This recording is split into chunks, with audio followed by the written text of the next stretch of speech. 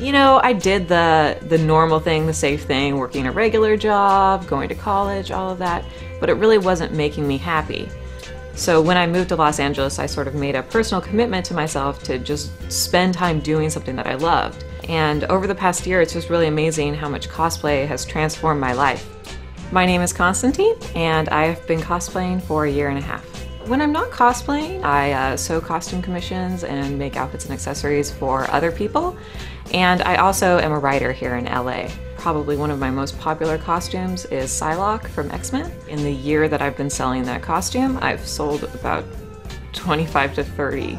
I think I'm personally supplying the world with Psylocke costumes. I am sort of a cosplay workaholic. I've made about 25 costumes so far. So that's maybe 1 or 2 costumes a month. Once I finish a costume and I wear it, I'm done. I want to move on to making that next costume and building something that's bigger and better than the last costume that I did. Ever since I was a teenager, I was really interested in anime and manga, and I would look at drawings of my favorite characters online. And through that, eventually, I started seeing cosplay pictures. The first costume that I did was Poison Ivy. It was a very quick, simple costume, but I quickly finished several other costumes.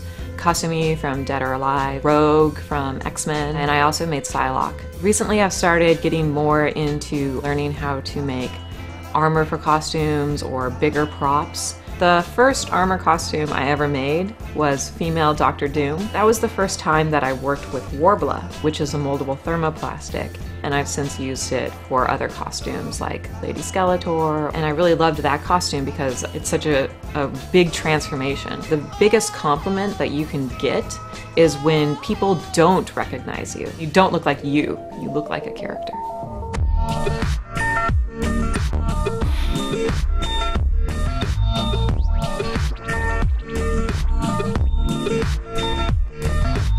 I also really love the creative process. Just building something with your own 2 hands, figuring out how to take a drawing that maybe isn't realistic or takes into consideration things like gravity or physics and bringing it into 3D and making it something wearable and making it something real. My mother worked as a fashion designer, so she taught me how to sew when I was younger. But when I was a teenager, I didn't necessarily have the patience to sit down and finish a costume. It's really only been in my 20s that I've had the ability to sit down and actually complete a costume 100%. Growing up, I was always very, very shy, and cosplay is a great way to just instantly have a connection with someone. A lot of people think that cosplay is just about getting attention for yourself, but I think it's much more about just expressing your enthusiasm for something and then having that connection with someone else who is equally enthusiastic about that thing.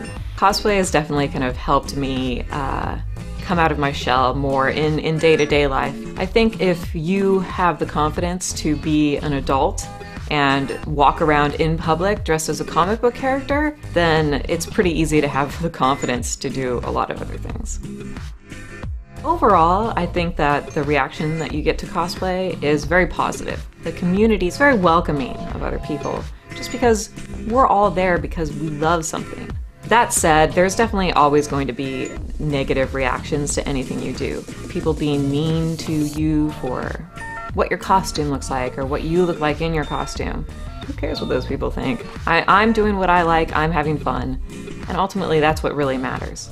I have to say I'm definitely addicted to it. I continue just because it is the most fun that I've ever had.